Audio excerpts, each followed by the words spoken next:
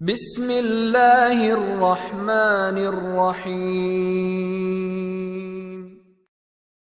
فبأي آلاء ربكما تكذبان. I asked from India, what is your opinion about the recent tweets from the Arab world leaders warning the right-wing Hindu fanatics to abstain from spreading Islamophobia, otherwise they will be kicked out of the country for spreading venom against Muslims. They even warned India to treat the Muslim minorities well, India just like they treat Hindus in Arab countries. We even saw Prime Minister Narendra Modi tweeting soft messages towards Muslims after that furor from the Arab world. What is my view? A similar question has been asked, I'm clubbing it together, by Syed Hashmi from Doha, Qatar. In the present scenario, in context of Indian Muslims, a planned campaign is being implemented in ridiculing religious profiling and demeaning of Indian Muslims in India. How should Muslims tackle this, and what should be a strategy? Please appreciate what should be a strategy. Appreciate your guidance. As far as what should we do in this situation, when, especially in India, it's happening all over the world. There's Islamophobia, you find in the Western countries, you find everywhere. But I do agree that in India it has reached epidemic levels, especially after the new government came to power, that is the BJP, led by our new Prime Minister Narendra Modi, which is in power for approximately 6 years. And when second time when he got re-elected, it has reached epidemic levels. What should we do? As Allah says in the Quran, in Surah Fussilat, chapter number 41, verse number 34, repel evil with good. You may never know, the person who is your enemy will become your friend. So if they are abusing you, if they are calling you with names, illogically blaming you, repel evil with good. You be kind to them. You be good to them. As far as we in India, we should soften their hearts. And as Allah says, you may never know that the enemy will become your friend. And that's what I did when I was in India. That's the reason the majority of the non-Muslims who came for my talk, the majority of the non-Muslims who knew me, they were my fans.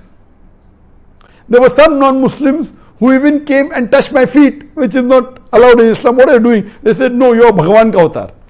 They loved me, they respected me, said, say what you want to. Some of them come and say, I've been seeing your videos for years. Tell me what I should do. I said, accept Islam. And they accepted immediately, alhamdulillah. They loved me, they respected me. There were very few who were against me.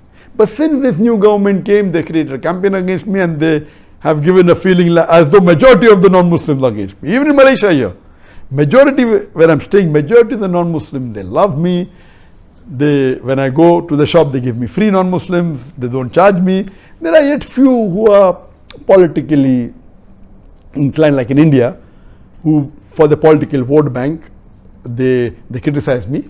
Otherwise, majority so we should love the non-Muslims, especially in India, the Hindus, then majority, care for them and try and remove the misconception. Regarding the main question, what happened in the Arab world, that there were many people who started maligning Islam, abusing the Prophet, criticizing Islam, calling not. So in the last couple of weeks, alhamdulillah, there has been a backlash from the people in the Middle East, mainly from Kuwait, from UAE, from Dubai, from Sharjah, from Saudi Arabia, and they came up, lawyers came up, activists came up, from the royal family, they came up and they started saying, what is this?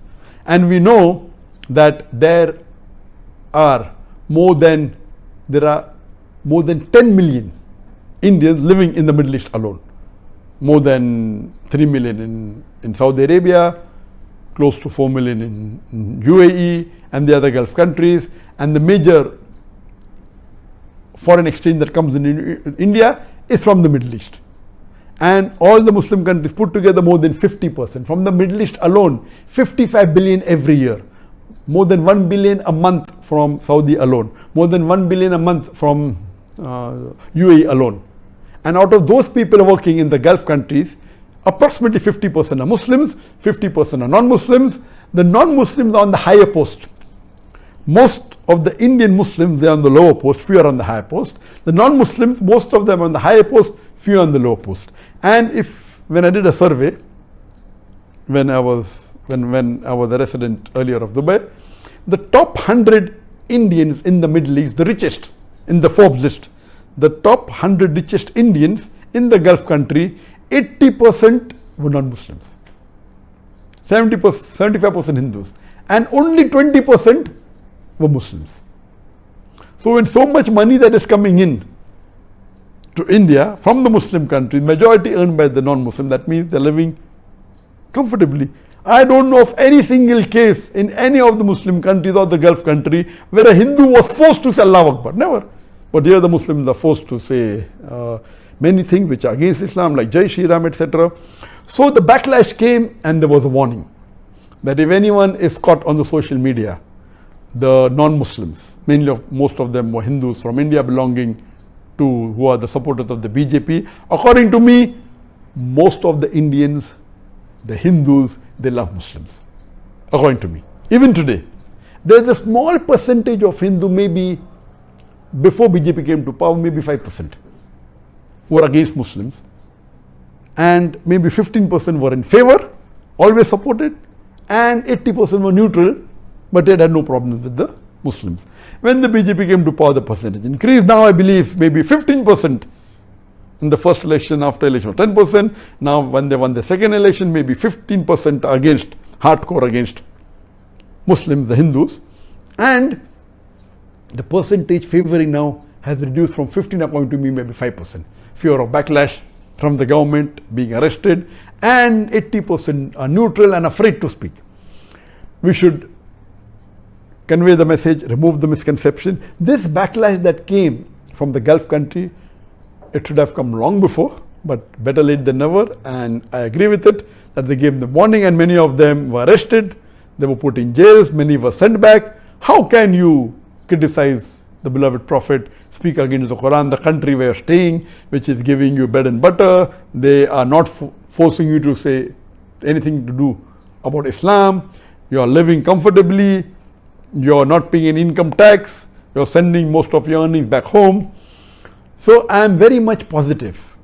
And then one of the lawyers from Kuwait has made even a case in the Geneva, in the human rights, and he said that anyone who finds any non-Muslim making abusive remark against the Muslim, send it to him, he will put it in the court. Very good, we appreciate it, very good, but I want to give them advice a step further. Besides collecting all the non-Muslims who are speaking against Islam on the social media, though in percentage wise there may be few, let me tell you, even the non-Muslims who are against Muslims in the Muslim countries, Gulf countries, would not be more than 10%, according to me. And speaking in the media would be just 2 or 3%. So this lawyer said, let's accumulate data bank of all the non-Muslims who are speaking against Islam and see to it they're brought to task. I would like to tell them that go a step further. I would request that you even keep a data bank of non-Muslims in India speaking against Islam.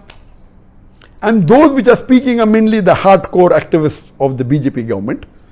And most of them, they are rich.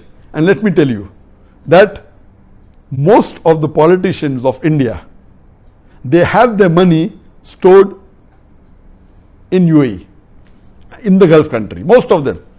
And most of them, majority those of the non-Muslims who travel abroad, more than 50% they visit the Gulf country or the Muslim countries.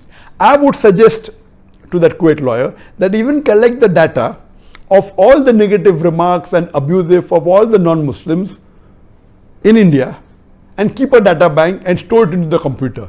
Next time if they come to the Gulf country, whether it be Kuwait, whether it be to Saudi Arabia, whether it be to Dubai, whether it be to Indonesia, in the data bank it should be mentioned, okay, now they have abused the Prophet, which is not permitted by law, and they have abused Islam, bid them to task, have a case against them, arrest them and put them behind bar. And when you do this to 5 or 10 people, believe me, majority of them will stop because they travel to Muslim countries.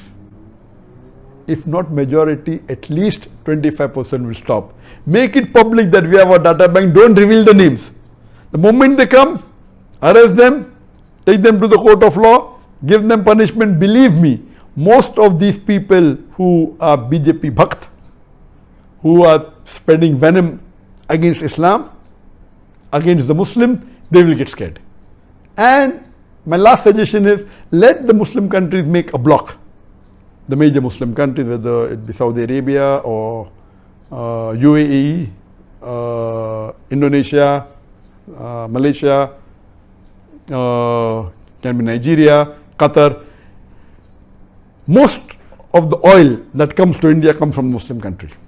From Saudi Arabia, from Nigeria, from UAE, natural gas comes from Qatar, palm oil comes from Indonesia and Malaysia. Let's make a bloc and we work collectively so that if they say anything against Islam, against the Muslim, we can be a better force. So if the Muslims unite, inshallah, and put a pressure on Muslims and the other countries which are maligning Islam, inshallah, this will have a positive impact and they will stop doing this activity.